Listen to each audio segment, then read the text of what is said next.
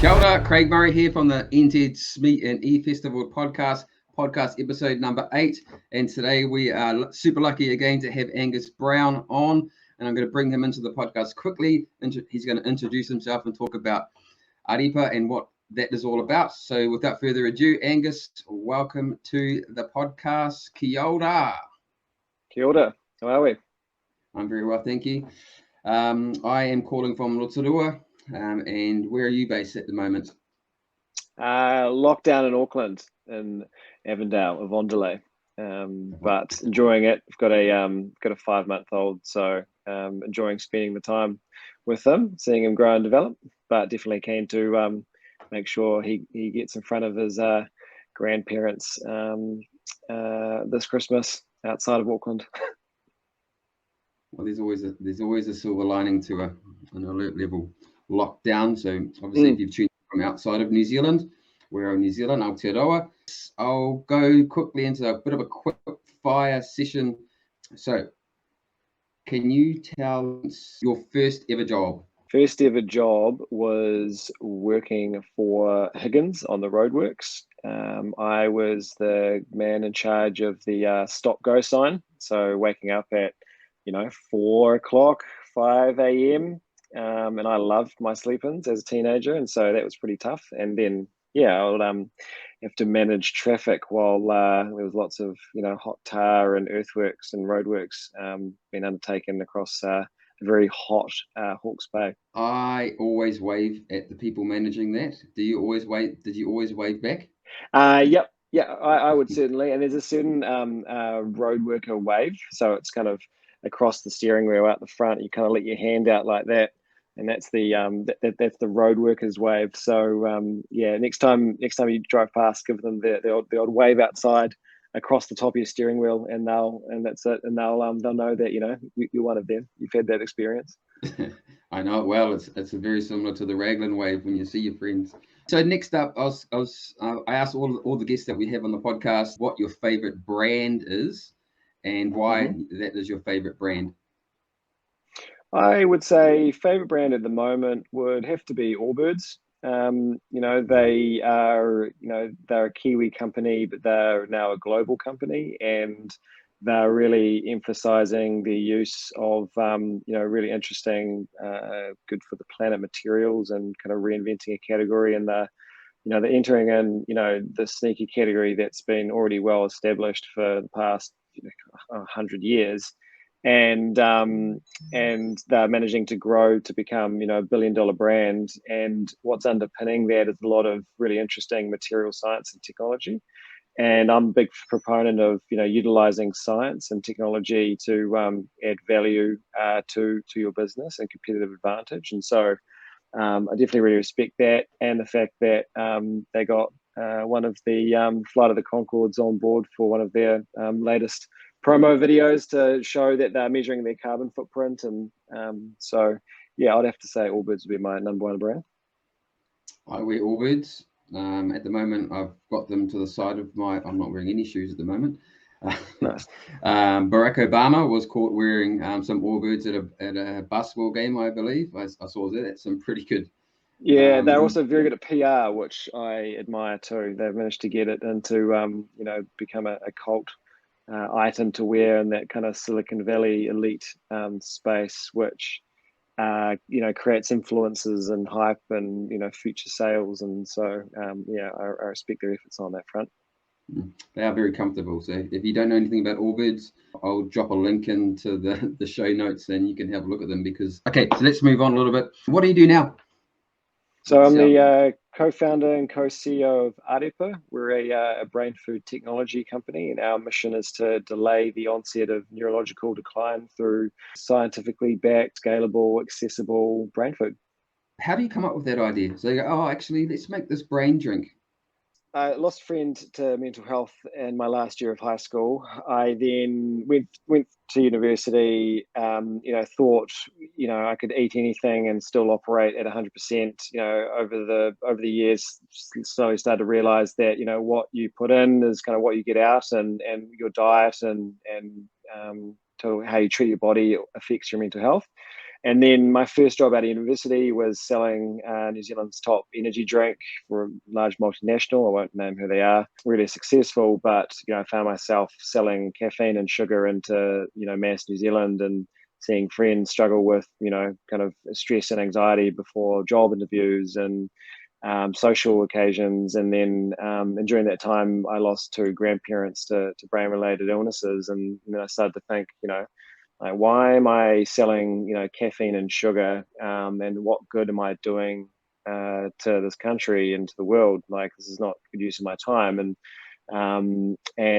also at that time, the Limitless movie had come out, which is a movie around Brad, I can't remember his last name, but he takes the smart drug and turns his life around. So I was really fascinated around this world of nootropics, and then kind of started to think, well, why can't we do a drink that's for your brain? Why can't we do like a brain health drink that enhances your thinking day to day, but is like healthy for your brain now and in the long term? And then why can't we make it out of unique to New Zealand ingredients and then take that to the world, rather than because I'd seen we'd seen the success of Red Bull, which had pretty much almost sent someone to the moon and become this, it created this whole category of energy drinks. And I thought, why can't we create a category of brain drinks and export what's good in New Zealand, in terms of, because we punch well above our weight in terms of quality of produce and in horticulture, and I thought, and there's some really interesting unique plants here which we're kind of looking more into. The stuff that we use is not native but is unique to New Zealand. And I thought, why can't we build a $1 billion export brand out of New Zealand, and kind of, but something that benefits humankind rather than erodes their health and mental order or well-being. So yeah, that's how we came up with the idea. And it was about 2012, and then and so I was working at this energy drink company, and I reached out to a mate who was a super talented industrial designer, who's now the co-founder of the company and co-CEO, and Zach, and said, "Hey mate, I'm looking at doing this brain drink. I heard you can design bottles. Can you give me a hand? It's for like anti-anxiety and focus and without caffeine." And he was like, "Absolutely," because he was going through anxiety problems, and his first role in this like super demanding job as an industrial designer for quite a top tier agency in Australia, and he was struggling with the workload. And so we chipped away on the idea, and then I was really fortunate to get a job working for the New Zealand government in food technology at this $30 million modular food factory called the FoodBowl. And so kind of put that project to a side, and I thought, well, I'd better learn about this whole world, because I came out with a finance and accounting degree, so I didn't really know anything from a formal qualifications perspective on food technology or food business. And so spent 6 years as the business development manager at the FoodBowl, helping companies develop new high value food and beverage products, and sort of suddenly kind of catapulted onto the forefront of food tech, not only in New Zealand but worldwide. And I learned heaps, and we helped a lot of companies on the way, and I was just chipping away on this kind of idea in the background, like a lot of the staff at the FoodBowl. The engineers were doing their craft beer on the side, and or like a dairy-free yogurt, and my kind of craft beer was this brain drink thing, and they were really supportive, where they let the staff work on their own concepts, because we were good at helping bigger end of town, but we at the beginning of the FoodBowl's inception, which is owned by Callaghan Innovation, we weren't that great at helping startups, and so by creating your own startup, it helps you to understand what the needs were and what gaps we had. And then came time when I'd used up all my annual leave, and I was trying to sell on the weekends and make it on the weekends, and that was just way too hard. So everyone was saying, "Angus, you need to go and leave and do this full time." And so that was 2018 when we had 2017 when we had undertaken our first clinical study, and I guess the rest is history. How hard was it for you to step away from having a sort of secure salary job, I'm assuming, into the sort of the unknown? Was it the support from your friends and your family and the push from them as well that helped you go there, or were you always 100% confident and still are that Arepa is going to hit all the targets that you're planning for it to do? My parents kind of raised an eyebrow when I said, I want to do a brain drink, and it's going to be the next Red Bull. And they were like, Yeah. what? And like, why would you do that? Stick to your job, like you've got a good job working for the New Zealand government. And it's good for the CV. And, and then you go into FMCG company after that. And so they took some convincing. I guess I did it in a phased approach and that, like kind of in the weekends and we spent a lot of time. It was hard and kind of getting on board initial investment because it was such a different idea back then, and what we wanted to allocate the capital towards, like we seed capital of, I don't know, let's call it 200K, and 90% of that was going into a clinical study and formulation, none of it into marketing or sales or brand, and so that took some convincing to get the right type of investors on board to believe in that, but you slowly kind of build up like these proof points, and one was like landing this world-renowned neuroscientist to contract out and get the formulation done, and then another one was getting the clinical study and having a result come through, and then we getting the product made and prototyped, and really fortunate to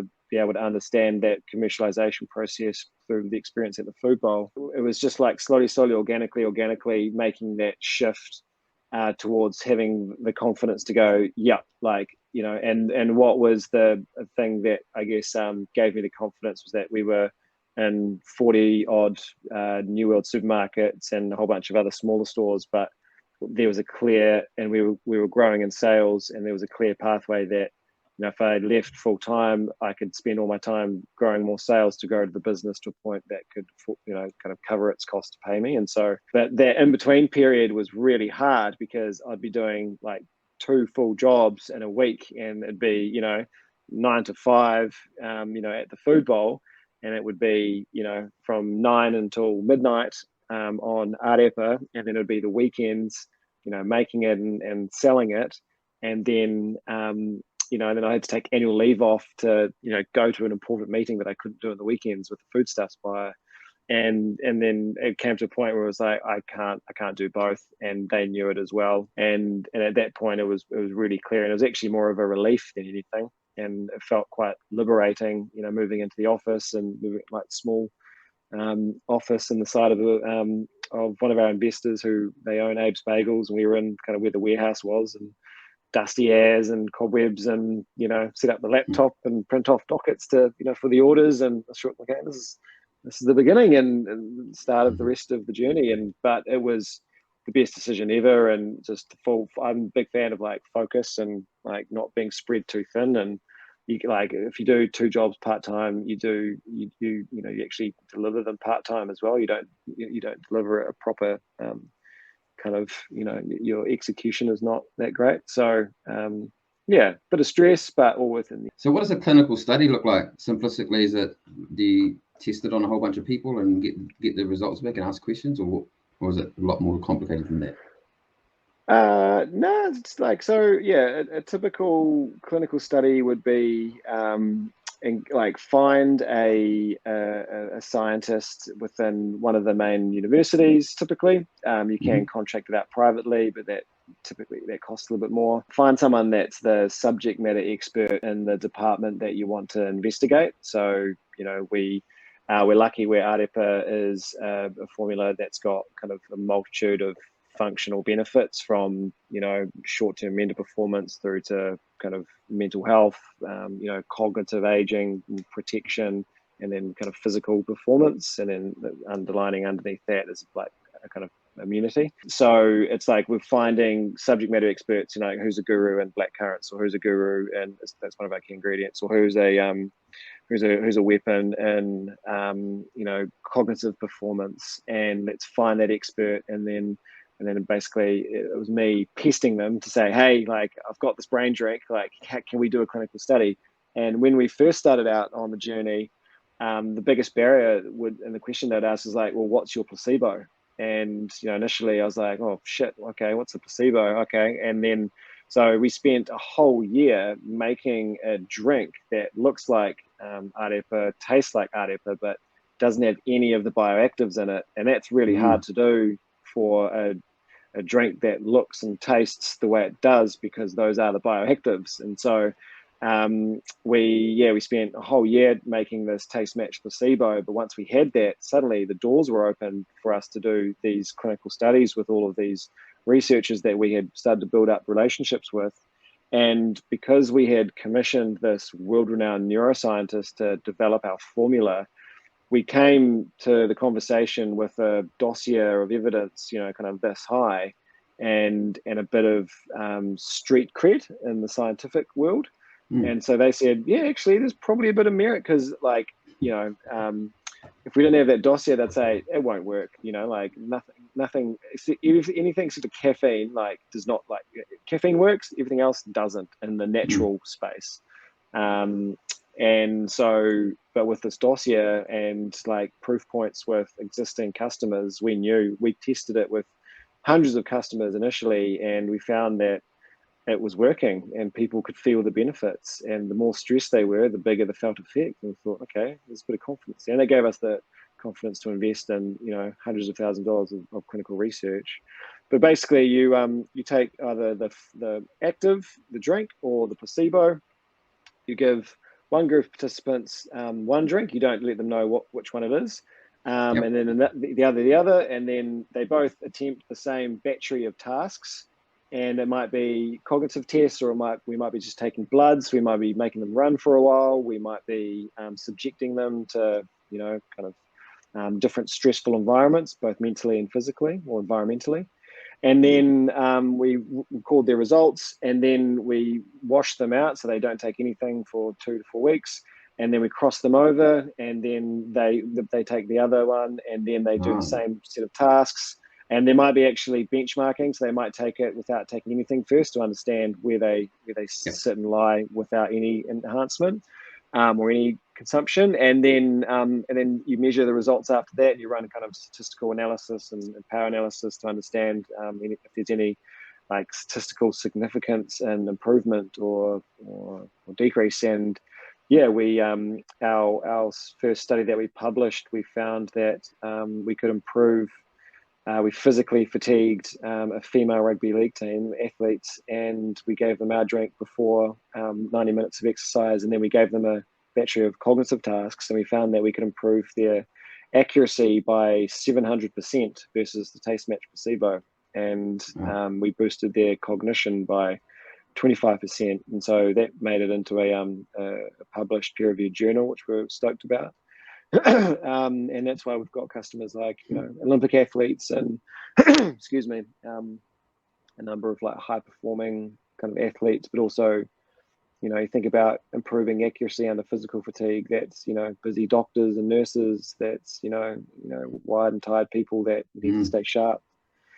And now we've got 8 clinical studies looking into neuroprotection, mood, depression, focus, physical performance, immunity, and we're really excited about what's to come. What is the big goal for Ārepa?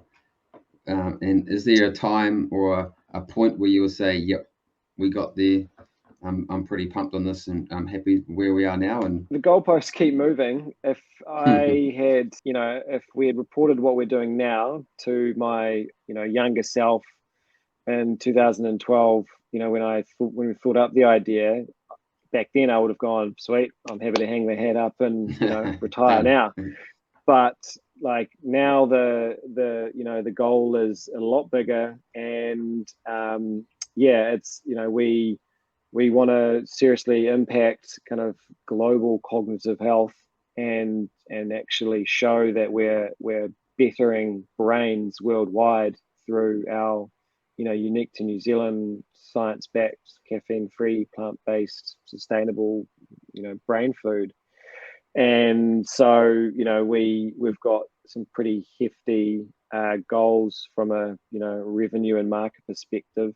$1 billion+ in revenue across 60 different countries, and we basically want to be what Red Bull has achieved over the last 20 years, but do it in 10 and do it without the use of caffeine, or the next 10 years, sorry. Everyone that's invested is in it for the long term, and we want to put New Zealand on the world stage with this drink, and we want to better lives through, the food and beverage products that we produce. What have been some of the big challenges that you faced on your journey so far, and is there a process that you sort of go through to manage them?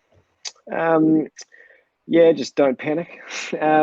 We it depends on what the challenge is, and we have a wide range of kind of subject matter experts that form part of our advisory panel, so to speak. But it's just finding the right people to work with on those challenges, and who's someone that's been there and done that, and engaging with them to kind of pick their brains, but also knowing like what advice to take. Because you get when you're a startup founder, you get advice from everyone, and so it's knowing what's good advice and what's bad advice, and kind of filtering that out.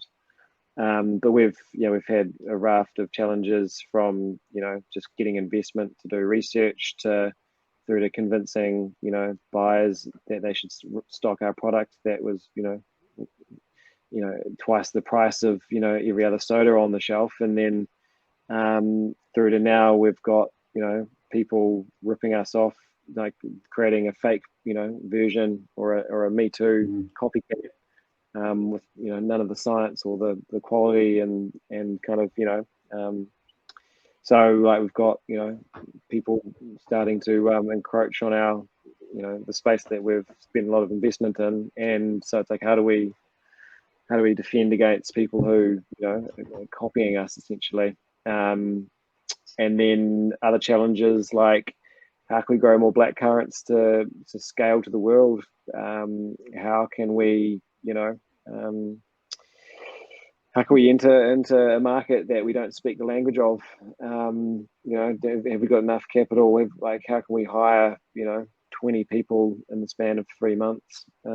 So it's just working with. I think that the key outtake is finding someone that's been there and done that before that you trust and you get along with, and working through that problem with them. Obviously, Arepa has got a brand and a brand story behind it as well. Is that sort of the camp that you sit in developing that, or have you got a team that works on that? How does that work for you? So for the brand, it's evolved organically.